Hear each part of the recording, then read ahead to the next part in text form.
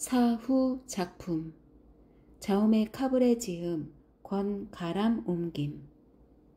레덜라인 가문 사람들은 분명 괴로웠겠지만 연주자가 그의 스승이었기에 12번째 변주곡까지 참고 들었다. 두 겹의 조끼를 걸친 어떤 사람은 15번째 변주곡이 나오자 도망갔다. E.T.A. 호프만. 미세하게 맞지 않는 피아노 의자의 높이를 조절했다. 30분 전에 이미 높이를 딱 맞추어 놓았는데 아니 이젠 너무 높잖아. 심지어 삐걱거리기까지 하네. 안 그래? 젠장. 이제 됐다. 그는 연미복 주머니에서 손수건을 꺼내 손바닥의 땀을 훔쳤다. 긴장하여 떨던 다른 연주자들의 땀이라도 묻은 듯 손수건을 꺼내 든 김에 먼지 한 톨 없는 건반을 닦았다. 이번에는 셔츠의 소매를 매만졌다. 나는 걱정 그 자체다. 목은 타고 혈관 속엔 가시가 떠다니며 끝없는 걱정의 심장은 터지기 일보 직전이다. 손떨림도 멈추지 않는다. 오른쪽으로는 관객들의 싸늘한 냉기가 느껴진다. 무대 인사를 하며 무의식 중에 앞줄에서 본 것이 헛것이 아닐까봐 다시 돌아보고 싶지 않다. 당연히 착각이었을 것이다. 아니면 당장 짐을 싸서 무대를 떠나야만 해결될 일이다. 어떤 여자의 기침, 어쩐 남자의 기침, 아득히 멀고 큰 그 기침 소리가 연주홀의 크기를 짐작해 한다. 괜찮아. 오른쪽에는 아무 일도 아무것도 없어. 얼음, 적, 그리고 죽음만이 있을 뿐. 엉덩이를 뒤로 1cm만 옮겨야겠군. 무대에서 아득한 저 꼭대기 3층에서는 연주홀의 그림자에 가려지긴 했지만 호박색 혹은 꿀색의 눈빛 하나가 괴로워하고 있었다. 페레브루스가 벌써 4분째 손바닥에 스며든 공포를 닦아내고 있었고 연주자의 작은 움직임 하나까지 놓치지 않고 숨죽여 지켜보던 아우디토리의 청중들이 안절부절 못하기 시작했기 때문이다. 페레브루스가 셔츠 소매를 2번째 매만졌다. 오른쪽에서는 말로 설명할 수 없는 죽고 싶은 심정을 불러일으키는 무엇이 그를 끌어당겼지만 돌아보지 않았다. 그때 굵은 땀방울 2개가 이마를 타고 뚝 떨어져 갑자기 그의 시야를 가렸고 그러자 3층의 호박색 혹은 꿀색의 눈동자에서 눈물 한 방울이 뚝 떨어졌다. 가엾은 페레. 그가 고통받고 있다는 걸 아무도 모르지. 거의 고문 수준이라는 걸 아무도 몰라. 브루스는 다시 손수건을 꺼내 눈을 닦아야 했다. 그리고 있는 힘을 다해 손으로 얼굴을 가리고 무대 인사를 하며 보았던 말도 안 되는 장면을 떨치려 했었지만 떠오르는 것은 죽음뿐이었다. 그가 2번 숨을 들이쉬고 도이치 번호 960의 신비로운 화성들을 연주하기 시작하자 관객들의 수군거림이 퍼져나갔다. 대체 뭐 하는 거야? 왜 마지막 곡부터 시작하는 거지? 프로그램상으로는 정신이 나간 게 분명해. 왜 프로그램을 거꾸로 연주하는 거지? 호박색 눈동자는 죽음에 대한 내밀한 성찰에 사는 동안 가장 큰 전율을 준 소나타 중의 한 곡에 한 번도 만나본 적은 없지만 베셀레니의 말을 빌리자면 죽음에 대한 내밀한 성찰이자 내림 나 장조로 흐느껴 울었다는 한 남자가 쓴 곡에 빠져들었다. 42분 13초가 지날 무렵부턴 아우디토리에 모인 그 누구도 왜 마지막 곡부터 연주를 시작했는지 묻지 않았으며 오히려 열린 마음으로 계속 기다리고 또 기다렸다. 마지막 음의 여운이 사라지자 마치 절대자가 자신의 기적을 보여주듯 그는 건반 위에 손을 걸친 채 꿈쩍도 하지 않았다. 그리고 연주자 생활 중 처음이자 마지막으로 10초 혹은 기나긴 15초간의 고요를 맞이하는데 성공했다. 물론 그는 매우 지쳐 있었지만 비로소 자세는 여유를 되찾았고 손을 내리자 청중들은 박수를 치기 시작했다. 페레브루스는 자리에서 일어나 오른쪽의 냉기를 향해 시선을 슬쩍 흘겼고 그래 첫 줄에 앉아있던 그를 다시 보았으며 그는 아주 세련된 작은 안경에 넓은 이마, 곱슬머리, 상황에 어울리지 않는 복장으로 7번 객석에 앉아서 죽은 사람처럼 미동도 않고 그를 똑바로 쳐다보며 절대자의 시선으로 열정적인 환호를 보내는 관객들을 주의 깊게 보고서는 분명히 그에 미치지 못했다고 비난하고 있었다. 식은땀이 흘렀다. 페레브로스는 관객들의 열광적인 환호를 받으며 퇴장했다.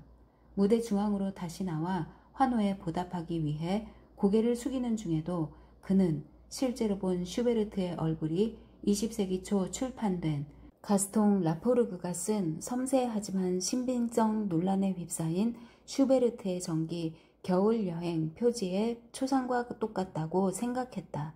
그는 무대에서 퇴장하면서도 소위 사후작으로 불리는 세 개의 1828년 소나타가 베토벤이 죽었다는 소식이 자신의 창창한 앞날을 의미한다며 허영의 광기 속에서 작곡되었다는 라포르그의 주장을 생각했다. 건반 앞에 앉아 연주를 막 앞두기라도 한 듯 손은 땀에 흠뻑 젖어 있었다. 그가 다시 무대로 나가자 박수 소리는 더욱 커졌다. 더 이상은 연주를 못하겠어. 슈베르트에게 나가라고 해. 아우디토리에서 쫓아내란 말이야. 그가 지켜보는 데서 연주할 수 없다고. 젠장. 그리고 다시 인사를 했다. 그리고 그는 빈의 그라벤 거리에서 아주 뜨거운 초콜릿 한 잔을 시켜 놓았던 그날을 떠올렸다. 존경하는 졸탄 베셀레니가 그에게 말했다. 이봐 페테르, 광기는 무슨 광기라는 거야? 슈베르트는 세계의 소나타에 대한 개요, 초안, 의문, 수정, 그리고 수많은 망설임을 남겨놓았어. 광기 같은 건 없다고. 베셀레니는 식을 줄 모르는 초콜릿에 모락모락 솟아나는 김에 혀를 댔다. 항상 잡생각이 많고 슬픔이 가득한 나의 졸탄. 슈베르트는 자기가 뭘 하는지 알고 있었어. 페테르, 자신의 죽음에 대해 묵상하는 행위라는 걸 알고 있었다고. 특히 도이치 번호 960에 잘 드러나 있지. 정말 대단한 연주였어. 자네, 근데 자네는 아주 몹쓸 인간이야. 그를 다시 무대로 나가라고 재촉하며 파르도는 캑 침을 뱉었다. 박수 소리가 계속되는 가운데 다시 돌아온 페레는 이제 그만 됐다는 듯 무대 지기에게 문을 닫으라고 손짓했다. 더 이상 마티네 콘서트는 하고 싶지 않아. 남은 건 12월 13일 공연 하나뿐이야. 3층까지 표가 다 팔렸다고. 뭐가 불만이야? 이만 대기실로 들어가 보겠네. 마치 이것이 자신의 불만인 듯 말했다. 손님이 기다리고 있어. 브로스만 부인 말이야. 아무도 만나고 싶지 않아. 그로스만 부인이라고. 아무도 만나고 싶지 않다고. 그리고 프로그램 순서는 왜 자네 멋대로 바꾼 거야?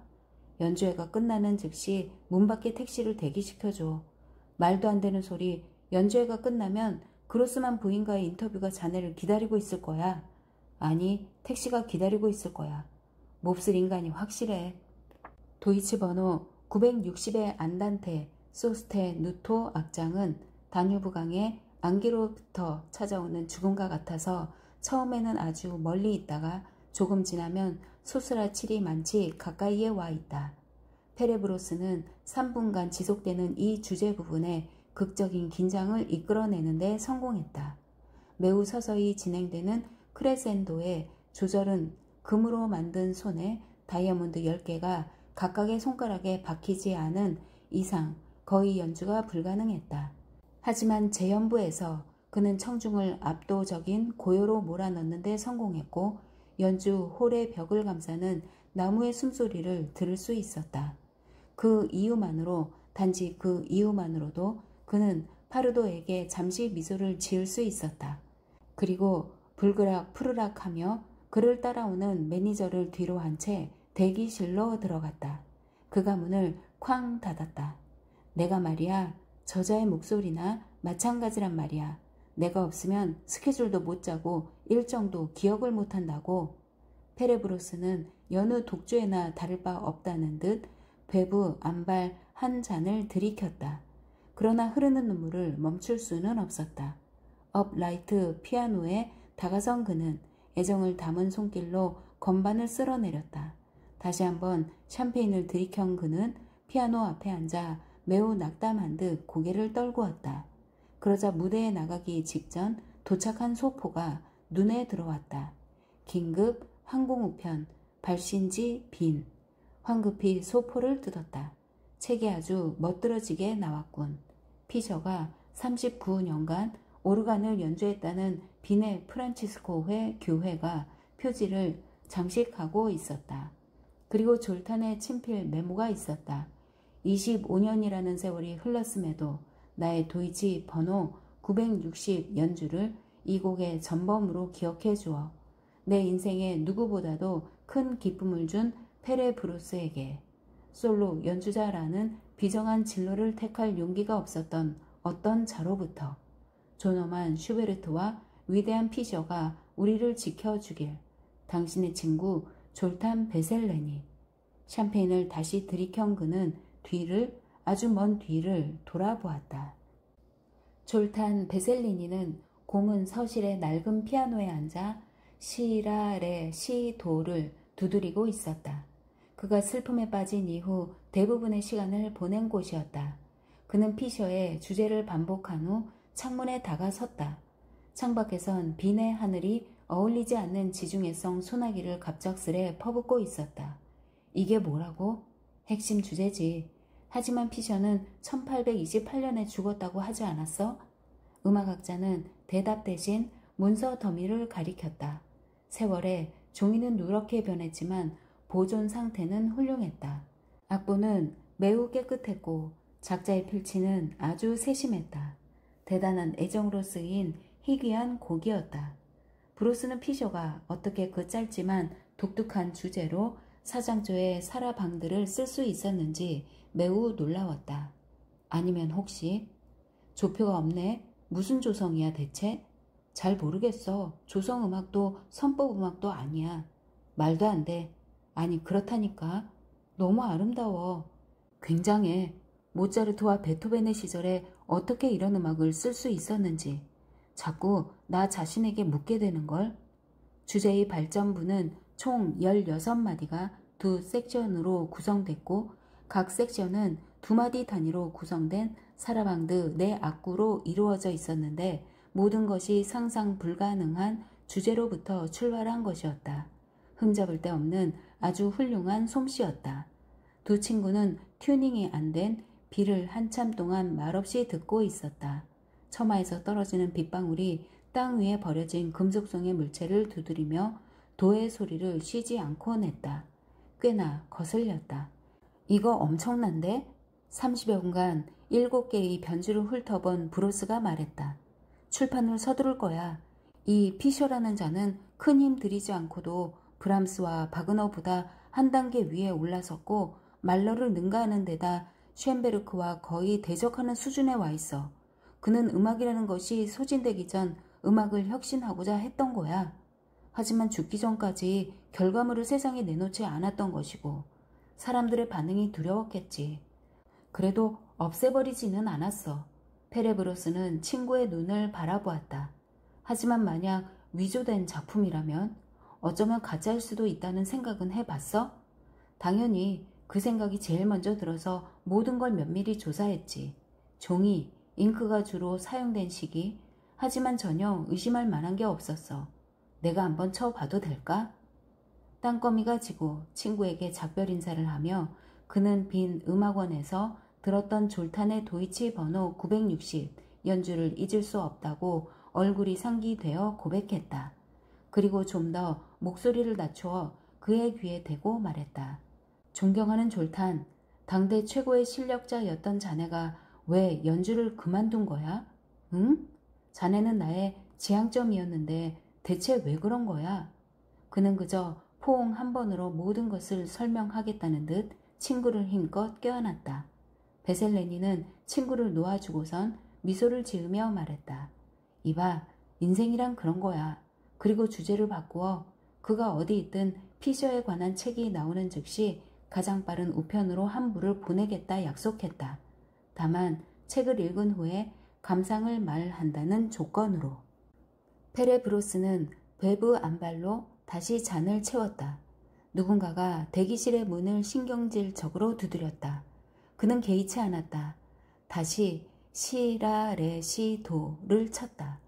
빈 고문서실에서의 만남이 있은 지 벌써 3년이 지났지만 주제와 재연부가 여전히 머릿속을 맴돌고 있었다. 그 순간 문이 아주 힘차게 확신에 차서 허락도 없이 확 열렸다. 시뻘개진 얼굴을 억지로 감추며 폭발하지 않기 위해 안간힘을 쓰고 있는 파르도가 문을 닫으며 들어왔다. 무슨 내기라도 하자는 거야? 그로스만 부인이 그러는데 자네처럼만 연주할 수 있다면 모든 걸 다 바치겠다고 직접 만나서 말하겠대. 그는 더욱 힘을 주더니 말을 이었다. 매우 감동받은 것 같아. 기회는 다시 오지 않는다고.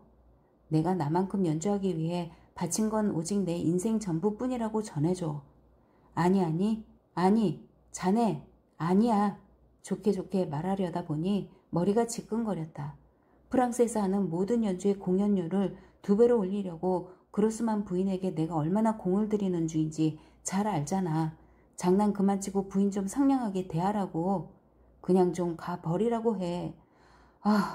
그리고 2부 공연에는 나가지 않을 거야. 파르도는 병에 샴페인이 얼마나 남았는지 보더니 그의 술잔을 획 낚아채며 차분한 목소리로 말했다.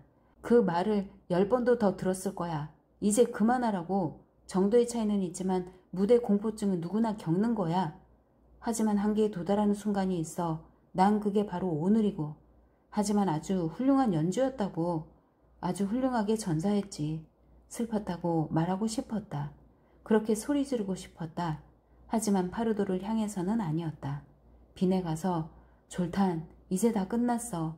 돌아다니는 것도 지쳤고 인생이 어떻게 달라졌을지 생각하는 것도 지쳤어. 드디어 음악과 자네 사이에서 결정을 내린 것 같아. 결국 자네가 이겼어. 자네는 그저 무심할 뿐이지만 그 오랜 시간 동안 해온 음악 공부와 일을 다 던져버리더라도 수많은 칭찬, 박수, 그리고 명예라는 달콤함에도 불구하고 그에게 대충 이렇게 말하고 싶었다. 그리고 그가 이렇게 대답해 준다면 좋겠다. 오, 너무 잘됐어, 페테르. 왜 마지막 소나타부터 연주한 거야? 파르도가 캐물었다. 몰라. 그냥 그런 생각이 들었어. 마치 마지막인 것 같은 느낌. 내가 아주... 그의 목소리가 살짝 바뀌었다. 슈베르트가 첫 줄에 앉아 있었어. 7번 객석에. 그 말을 들은 파르도는 그에게 술잔을 돌려주었다. 좀 더 마시는 게 낫겠군. 너무 많이는 말고. 다시 한번 말하는데 그로스만 부인이 자기 친구 한 사람하고 여기 밖에 와 있어. 정말 중요하단 말이야. 2배의 공연료. 기자 인터뷰는 내일 하자고 하면 돼. 지금 집에 간다고 했잖. 우리가 공연이 꽉 찬 봄을 맞이하게 될지 말지는 귀신을 보지 않는다든가 독주의 중간에 가버리지 않는다든가 그로스만 부인에게 웃음을 지으며 공손하게 칭찬은 칭찬대로 받아들이는 그런 괴상하지만 사소한 부분에 달려있다고. 내가 꺼지라고 했다고 가서 좀 전해줄래? 2부 공연에 안 나가면 내가 심장마비를 일으킬 거라고 약속하지. 둘은 서로의 눈빛을 20초간 견뎌냈다.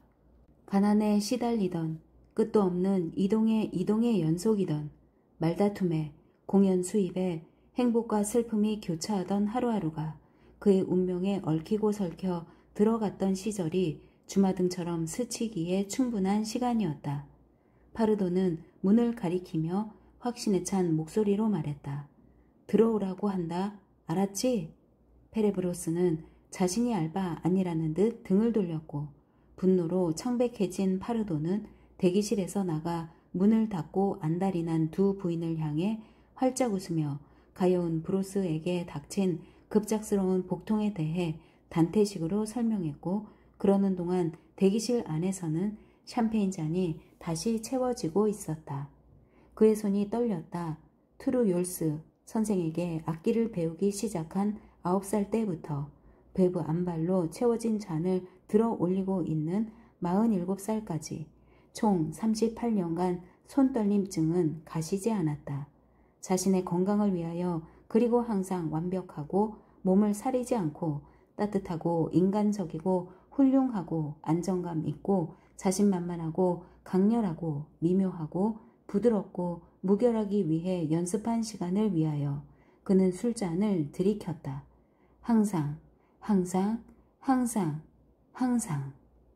셀 수 없는 시간 동안 뼈를 깎는 노력을 하고 나서 헛된 시간이여 그는 지금에 와서 당장 그만두겠다고 수백 개의 전구가 달린 거울 하나만 덩그러니 놓인 골방에서 그것도 연주회 중간에 그렇게 말하는 것이었다. 그렇게 오래 연습을 해놓고도 슈베르트가 무섭다니. 그를 내보내라고 기세 등등한 샴페인 잔에 낮게 소리쳤다.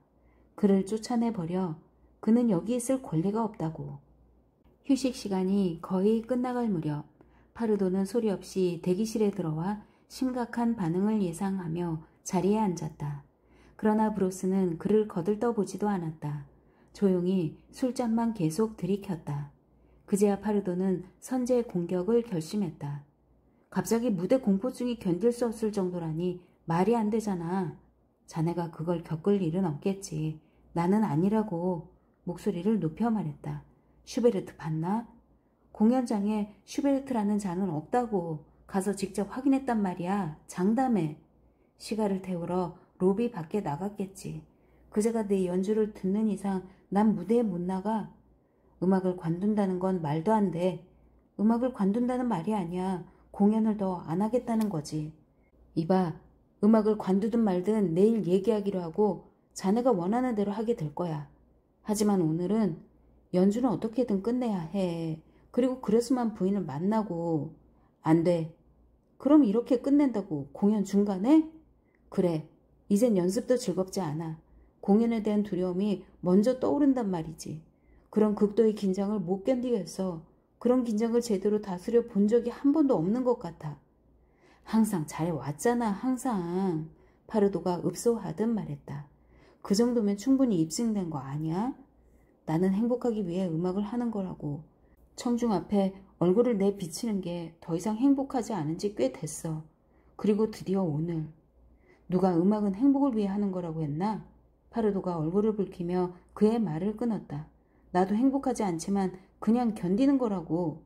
브로스는 그의 눈을 바라보았다. 파르도는 비꼬는 것이 아니었다.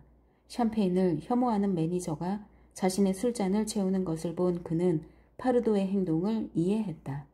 걱정하지 말라고. 취하는 건 싫으니까. 아주 멀쩡한 정신으로 이 결정을 내리는 거야. 여느 위기 때와 다르다는 것을 이해한 파르도는 생각에 두었던 욕설과 비난을 잠시 접었다. 샴페인을 한 모금 들이켜는 척한 그는 잔을 내려놓았다. 페레가 조용히 그를 응시하자 그는 손가락을 꼽기 시작했다. 첫째, 자네는 연주회 말고는 할 줄 아는 게 없어. 좀 쉴 때가 됐지. 레슨도 하고. 둘째, 레슨에는 눈꽃만큼의 자질도 없지. 자네는 음악 수업으로 돈을 벌어본 적이 없어. 누구를 가르칠 만큼의 인내심이 없다고. 파르도가 세 번째를 말하려는 순간 브로스는 생각했다. 그건 틀렸어. 몇 달 동안 아주 유쾌하고 또 아주 아무튼 이웃집 여자에게 수업을 해준 적이 있는데. 내가 연습하는 게 정말 방해가 되지 않는다는 말이죠? 아니요. 오히려 기분이 너무 좋은걸요. 아니 당신이, 그러니 나하고 어머니는 심지어 숨까지 죽인답니다. 더 잘 들으려고요. 우리가 얼마나 수다쟁이인지 잘 알잖아요. 그리고 목소리를 낮추어 말했다. 당신이 여행을 떠나면 슬퍼져요. 그렇지만 조용해지잖아요. 곧 2주 정도 자리를 비울 예정이에요. 가지 말아요. 네? 아니 그러니까. 소녀는 생기 넘치는 호박색의 아름다운 눈으로 그를 바라보며 왜 이런 남자가 자신의 존재를 알아차리지 못하는지 스스로에게 되물었다. 너무 걱정하지 말아요. 내가 돌아오면 보충 수업을 더 하면 되니까. 아니 그런 게 아니라 만약 재능이 충분해요. 하지만 좀 더 체계적인 선생을 찾아야 해요. 단계를 밟아가며 지도해 줄 수 있는 사람 말이죠. 저는 언제나 선생님과 수업을 하고 싶어요. 선생님하고만. 항상.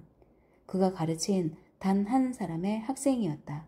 몸에 힘이 없고 부쩍 외로웠던 어느 날 그는 공연을 할 때마다 얼마나 고통스러운지 그녀에게 얘기했고 그녀는 그 호박색 눈을 하고서는 말없이 그를 이해했지만 차마 그의 손을 잡을 용기는 내지 못했다. 이상하게도 대략 3년간 지속된 그 수업은 불규칙적이었지만 매우 강렬했다.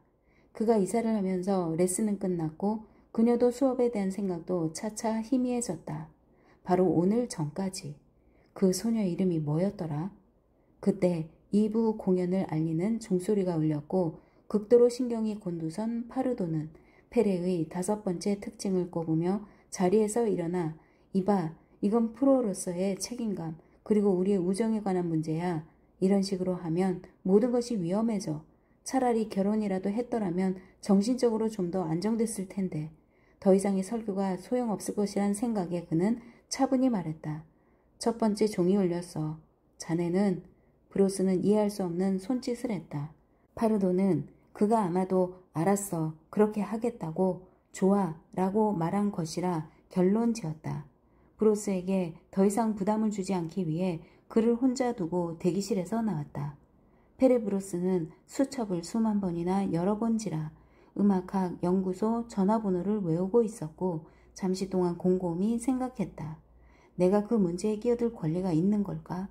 그런데 이제 그도 안나를 잃은 처지가 됐으니 내가 그러고서도 비서가 전화를 받아 독일어로 브루스 씨 무엇을 도와드릴까요? 하고 말하기 전까지 수십 번 전화번호를 눌렀다 끊기를 반복했다. 베셀레니 씨와 통화하고 싶습니다. 급한 일이에요. 그는 부재 중이었고 비서는 미안하다고 했다. 하지만 급한 일인지라 그의 휴대 전화번호를 알려주었고 페레는 빈 어디에선가 좀 넋이 나간 듯한 목소리로 답하는 그를 찾아냈다. 이봐 페테르, 무슨 일이야? 그러자 그가 말했다. 아니, 별것 아니야. 그냥 피셔에 관한 책을 보내줘서 고맙다고. 아직 대충 훑기만 했는데도 대작인 걸 알겠더라. 그리고 상대가 관심을 표할 수 있도록 그는 잠시 말을 멈추었다. 하지만 베셀레니는 형식적인 질문 하나만을 던진 뒤 말이 없었다. 더 이상 연주를 못하겠어.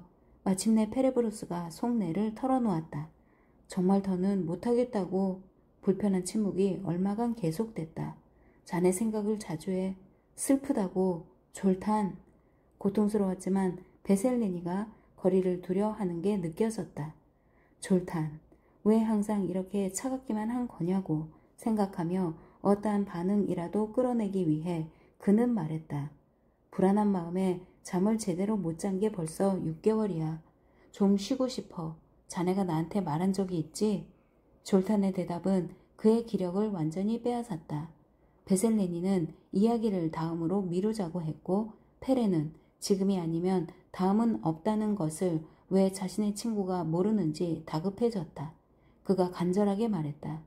나의 행복을 갉아먹는다면 음악을 관두라 했잖아. 자네가 말이야. 이봐, 나중에 천천히 얘기하자고. 어때? 페레는 대화를 어떻게든 이어나가려 다급하게 이야기거리를 찾았다. 그리고 찾아냈다.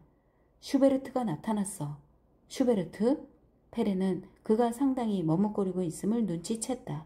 그 정도가 너무 심해 페레는 부끄러웠고 뭐라도 한마디 해야겠다고 생각했다. 알았어. 알았다고. 말을 끊는 듯 아니면 포기하는 듯한 어조로 말했다. 나중에 전화해줘. 알았지? 자네를 사랑해 졸탄. 진심으로. 기억해줘. 친구의 차가운 반응에 낙심할까봐 얼른 전화를 끊고 그는 생각했다. 인생이란 왜 이토록 잔인한가? 내가 사랑하는 사람은 항상 내 호텔로부터 내 갈망으로부터 수백 킬로미터 떨어진 곳에 머물러 있고 내가 그를 그리워한다는 사실조차 모르는구나. 두 번째 종소리가 울릴 때 파르도는 그로스만 부인에게 작별 인사를 하고 있었다. 그녀가 떠난 후 대기실로 돌아온 그는 페레를 무대로 끌어낼 준비를 모두 마쳤다. 하지만 브루스가 도망을 선택한 듯 대기실은 비어 있었다.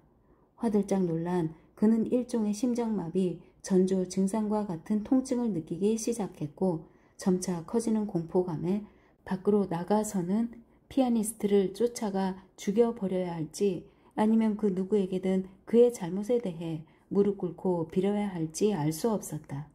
세 번째 종소리와 함께 터져 나오는 무대의 박수 소리가 들렸다. 아주 이상한 일이었다. 그는 무대지기의 만류에도 불구하고 무대로 통하는 문 쪽으로 다가가 문을 살짝 열어 그 틈새로 눈앞의 상황을 훔쳐보았다. 여전히 많은 사람들이 뭐가 그리 급한지 궁금해하며 서둘러 들어오고 있었다. 페레브로스는 관객 앞으로 한 발짝 나아가 눈을 감은 채 인사를 했다. 안심한 파르도는 그에게 휴식이 좀 필요할지도 모르겠다고 생각했다.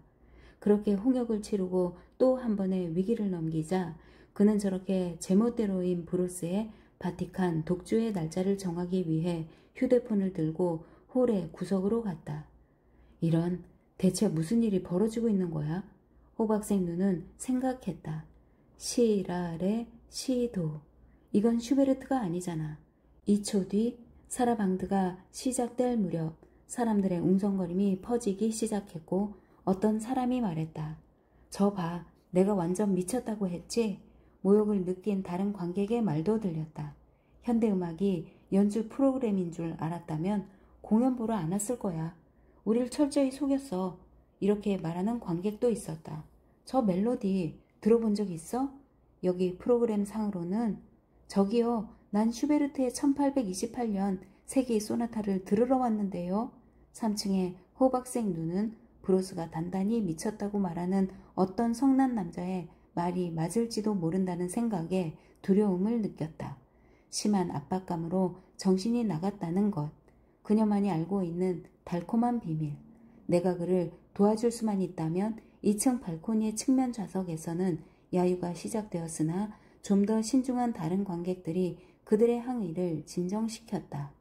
브로스는 베셀레니의 책을 악보처럼 펼쳐둔 채 벌써 두 번째 변주곡을 연주하고 있었다. 음흉하고 신원이 알려지지 않은 바티칸의 발처주교라는 자와 공연 날짜를 조정하기 위해 통화를 하던 파르도는 그제야 조금 전부터 울려 퍼지던 음악이 귀에 들어오기 시작했고 세상에서 제일 재수없는 브로스가 연주하는 곡이 슈베르트도 연병할 슈베르트 조상의 곡도 아니라는 사실에 심장 박동이 빨라지기 시작했다. 수위 높은 욕설은 그저 산타클라라 홀에서 비공개 독주회를 할 피아니스트를 구할 수 있는지 확인하려 했던 바티칸 전하 수신자의 화를 돋우었다. 그럼요. 그날 연주 가능하다마다요, 주교님. 첫 번째 변주. 한 번도 들어본 적 없는 멜로디야. 한 번도. 주제의 화음 진행이 아니야. 한참 후에 나오는 조성으로 수렴하기 위해 주제를 변주한 것도 아니라고. 아니야 이건. 이런 맙소사. 독일어. 이런 음악이 가능하리라고는 생각해 본 적도 없이 주선율의 조성적 경향과 조성의 선율적 경향이 서로에게 얽혀 들어가다니. 정말 희한해. 으뜸 화음도 없고 장조인지 단조인지 알 수 없는 데다 그저 공기 중에 뜬 채로 부유하는 음악이 있을 뿐인걸. 이런 맙소사. 독일어. 이렇게 못생기고 희귀한 완벽함이라니. 하지만 내 소나타는 어디로 간 거야? 왜 1828년의 첫 번째 소나타를 연주하지 않는 거야? 두 번째 변주. 클래식의 조예가 깊은 관객들 사이에서 좌불안석의 눈빛은 더욱 늘어만 갔고 1층 13열에서는 아주 또렷하고 묵직한 목소리가 말했다. 대체 저자는 무슨 곡을 연주하는 거야? 말도 안 되는 음악이야. 세 번째 변주. 세 사람이 동시에 자리에서 일어났다. 1층 4열 그리고 8열이었다. 슈베르트에 대한 물에 항의하는 뜻으로 그들은 몇 초간 서 있었다. 이처럼 용기 있는 행동은 공연장 전체에 흩어져 있는 7, 8명의 사람들을 더 자리에서 일어나게 했다. 몇 초간 그들은 전자투표 대신 직접 것으로 의사표현을 하는 위풍당당한 국회의원들 같았다. 하지만 페레브로스는 대단히 까다로운 네 번째 변주, 사성을 흉내내어 거의 춤곡으로 느껴지는 장에 골똘히 집중하느라 표를 셀 생각을 하지 못했다. 동시에 수많은 다른 의원들은 조용히 할 것을 요구하며 본회의장의 동료 의원들에게 더 이상의 수군거림을 멈추고 자리에 앉아 계속 들어보라고 종용했다. 음악이 아름다워요. 분명 슈베르트는 아닙니다. 여러분이 맞아요. 하지만 매우 아름답지 않습니까? 다섯 번째 변주곡이 시작되자 로비의 EA 방에서는 브루스의 매니저가 참석한 가운데 이런 일이 발생할 경우 어떻게 대응해야 할지 아우디토리에 이사회가 벌써 소집되고 있었고 그렇게 시간이 흘러 연주된 7번째 변주곡은 좀 더 짧았고 피아노적이었으며 주제를 축약하고 있었고 거장의 느낌이 묻어났다. 맞아요. 정말 귀를 기울이게 만드는 연주입니다. 혹시 무슨 곡인지 아시는 분 있나요? 모르겠어요. 하지만 정말 좋습니다.